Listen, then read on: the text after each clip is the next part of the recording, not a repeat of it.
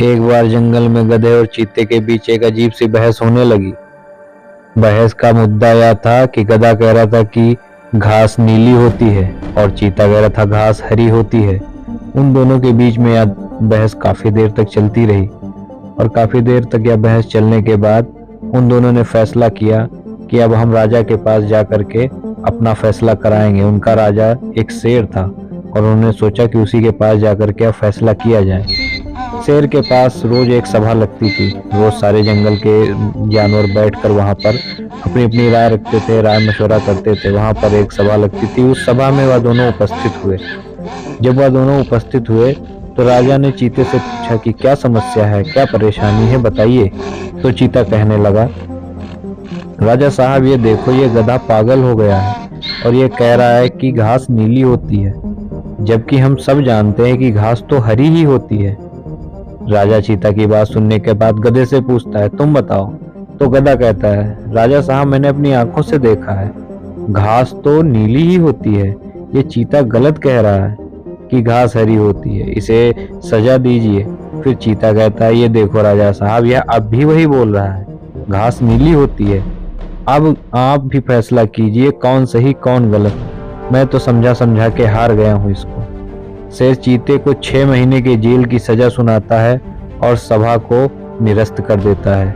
गधा हंसते हंसते अपने रास्ते निकल जाता है। अब आप बताइए, इसमें से क्या सही है, कौन सही कौन गलत। डिसाइड कर पा रहे हैं? नहीं कर पा रहे हैं। मैं आपको बताता हूँ कौन सही है कौन गलत। जब चीते को ले जाया जा रहा था तब चीते ने शेर से पूछा, राजा आप भी जानते कि घास तो हरी ही होती है। तो शेर ने कहा, बिल्कुल सही, घास तो हरी ही होती है। तो चीते ने कहा, फिर मुझे सजा क्यों दी? शेर कहता है, तुम्हें सजा इस बात की नहीं मिली है कि घास नीली होती है, सजा तुम्हें इस बात की मिली है कि तुम्हारे जैसा बुद्धिमान जीव भी एक गधे की बहस करके अपना कीमती समय खराब कर रहा था। तुम्हें गधे के पास बैठने की जरूरत ही क्या थी? फिर शेर वहां से चला जाता है। दोस्तों, कुछ समझ में आया? आपके जीवन में जो गधे हैं उनके पास बैठना बंद कर दीजिए, नहीं तो अपने जीवन में आप कुछ भी नहीं कर पाएंगे। आप भी हरे को नीला कहने लगेंगे। यानी आप अगर ऐसे इंसान के साथ बैठते हैं जो निगेटिव है, जो अपने जीवन में कुछ कर नहीं सकता है, तो आप भी धीरे धीरे निगेटिव ही हो जाएंगे। इस कहानी से हमें पता चलता है कि गधे के लिए घास हमेशा नीली ही रही। और ऐसे कई लोग आपको मिलेंगे जो बिल्कुल भी आपकी बात नहीं मानेंगे, क्योंकि उनको वही लगेगा जो उन्होंने समझ लिया है। उनसे बहस करना एक मूर्खता है, क्योंकि जो उन्होंने ठान लिया वो वही ठान कर बैठे हैं। इसलिए ऐसे लोगों से दूर रहें और अपनी बात को ज्यादा उन लोगों के सामने सत्य साबित करने की कोशिश ना करें, क्योंकि मूर्खों के साथ आप भी मूर्खों में ही गिनती करे जाएंगे। इसलिए ऐसे लोगों पर अपना कीमती समय बर्बाद नहीं करना चाहिए जो नीली घास वाली प्रवृत्ति के हों। हमें उनको छोड़कर दूसरे व्यक्तियों के साथ अपने प्लान को साझा करना चाहिए और दूसरे लोगों को समझाना चाहिए। मॉरल ऑफ द स्टोरी यह है, सबसे ज्यादा जरूरी यह है कि किसी भी मूर्ख व्यक्ति से बहस ना करें, क्योंकि ऐसे लोग से बहस करके सिर्फ हमारा ही समय खराब होगा। जिस तरह इस कहानी में हुआ उसी तरह हम भी कई बार मूर्ख लोगों से बहस करने लग जाते हैं और बाद में पछताना भी हमें को पड़ता है।